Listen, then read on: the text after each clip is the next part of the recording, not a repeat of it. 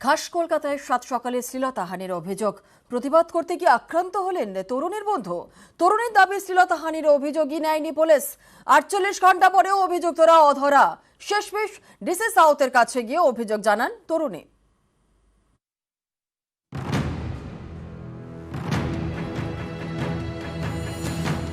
কলকাতার বুকে সাত সকালে শ্লীলতাহানি, প্রতিবাদ করায় বন্ধুকে এভাবেই বেধড়ক মার।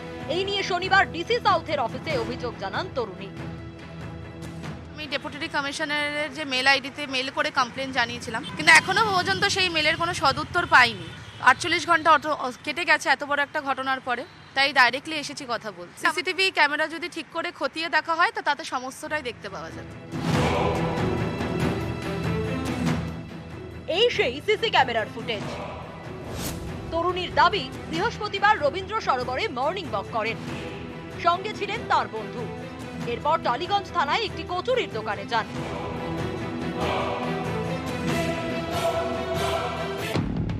রাস্তার ধারে নিজেদের বাইক ও স্কুটার পার্ক করে দাঁড়িয়েছিলেন।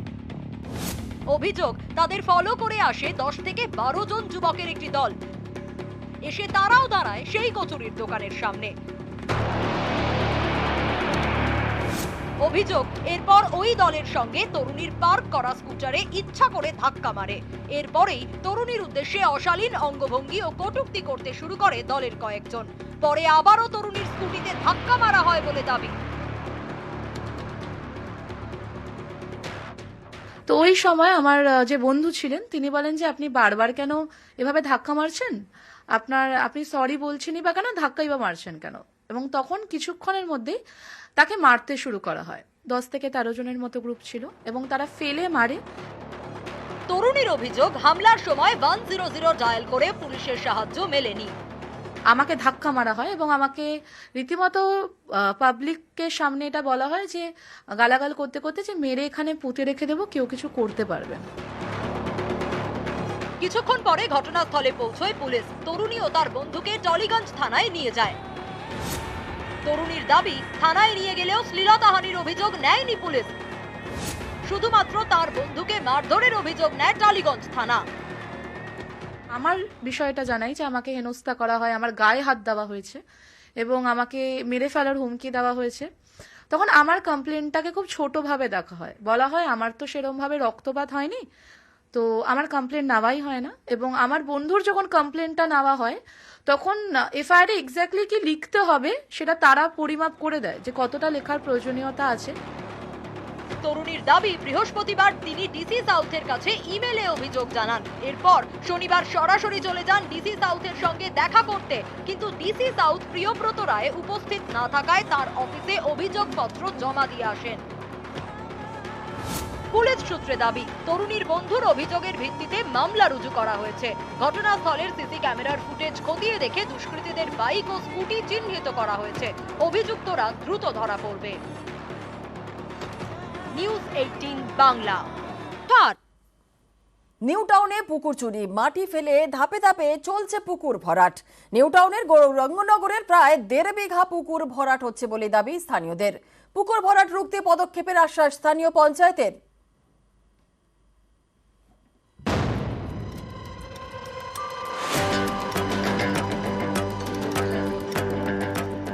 নিউ টাউনের জ্যাংড়া হাতিয়ারা, এখানকার গৌরাঙ্গনগরে চলছে পুকুর ভরাট। মাটি ফেলে ধাপে ধাপে পুকুর ভরাট হচ্ছে বলে অভিযোগ স্থানীয়দের। এই যে জলাশয় বড় একটি পুকুর, 1.5 বিঘার বেশি পুকুর, সেই পুকুর কিন্তু এইভাবে ভরাট করা হচ্ছে। দিনের বেলায় কিন্তু এই পুকুর ভরাট করার অভিযোগ উঠছে। শুধু তাই নয়, এই যে গোটা পুকুর, সেই পুকুরে কিন্তু একেবারে চারপাশ যেমন বাঁধানো হয়েছিল, তার পাশাপাশি দেখা যাচ্ছে এই যে অংশটা সেখানে কিন্তু মাটি ফেলা হয়েছে এবং নতুন করে আবারও কিন্তু সেই মাটি ফেলা হচ্ছে পাশের অংশ। স্থানীয়দের দাবি, প্রায় 1.5 বিঘা এলাকার পুকুর, একসময় মাছ চাষ হতো, অনেকে স্নান করতেন, সেই পুকুরটাই এখন ভরাট হচ্ছে। এখানে আমরা আশেপাশে থাকি, মাছ চাষ হতো, বিক্রি হতো, দেখতাম, বসে দেখতাম। এখন মাটি ভরাট হচ্ছে, যাদের জায়গা তারাই করছে, আমরা বুঝতে পারছি না, জানতে পারছি না। হ্যাঁ বলছি তো যে আমরা একটু চান দান করতাম, কাচতাম, ধুতাম, এভাবে ভর্তি করছে কেন? বলে আমাদের জায়গা ভর্তি করবো না। গ্রামবাসীদের দাবি, এই 1.5 বিঘার পুকুরটা এলাকার নিকাশির বড় ভরসা, আর তা বুঝিয়ে ফেলা হচ্ছে। এলাকায় কান পাতলে শোনা যাচ্ছে পুকুর বুঝিয়ে বুঝিয়ে উঠবে বহু দল। কি পুকুর ছিল তো? হ্যাঁ পুকুর, কবে থেকে মাটি পড়ছে? এই 2-1 খোলে পড়ছে। ওই কখন পড়ে মাটি? মাটির দিন মানে ফেলতে ফেলতে বন্ধ হয়ে গেছে হঠাৎ, ওই আর আসে না কেউ। ভরাট করে ওই ফ্ল্যাট করবে শুনতেছি। মাটি ফেলছে, ওনাদের প্রয়োজন হচ্ছে, ওনারা ফেলছেন। মানে এখানে এমন একটা পরিস্থিতি, ড্রেনের তো ব্যবস্থা নেই। মাটি ফেলা যায়? সেটা দেখুন, এটা আমরা বলতে পারি, এটা ওনারা ভালো বলতে পারবেন, যাদের জমি তারা। অভিযোগ, 1 মাস ধরে এই পুকুরে মাটি ফেলা হচ্ছে। পুকুরের একাংশ ভরাটও হয়ে গিয়েছে। পুকুর বাঁচাতে আসরে গ্রামবাসীরা। পুকুর ভরাট রুখতে পদক্ষেপের আশ্বাস পঞ্চায়েত প্রধানের। আমি দেখেছি ওটা আমি এইমাত্র শুনলাম, আমি ওটাকে নোটিশ করে দিচ্ছি যাতে ওখানে না ভরাট করতে পারে। আর যেভাবে যে কাজ করছে, যারা দুর্নীতিগ্রস্ত যারা কাজ করছে, এটাকে আমি ইমিডিয়েটলি প্রশাসনকে দিয়ে আমি এটা বন্ধ করিয়ে দেবো। সত্যি করে ওখানে পুকুর থাকে, আমি পুকুর নিশ্চয়ই ফিরিয়ে দেবো। সব মিলিয়ে বলা হচ্ছে পুলিশের পক্ষ থেকে যেমন ব্যবস্থা এখনো নেওয়া হয়নি, অন্যদিকে যে অসাধু ব্যবসায়ী যারা এই জলাশয় বা পুকুর ভরাট করছে তাদের বিরুদ্ধে পঞ্চায়েত কি ব্যবস্থা নেয় সেটাই কিন্তু এখন দেখার। ক্যামেরায় মনোজ কুমারের সঙ্গে অনুপ চক্রবর্তী, নিউজ 18 বাংলা, কলকাতা। হাতি করিডোরে আবর্জনার স্তূপ দেখে মনে হবে যেন ডাম্পিং গ্রাউন্ড। পরিবেশ কর্মীদের দাবি যে এই আবর্জনা যাচ্ছে বন্যপ্রাণীদের পেটে, এতে বন্যপ্রাণীদের মৃত্যুর আশঙ্কা বাড়ছে।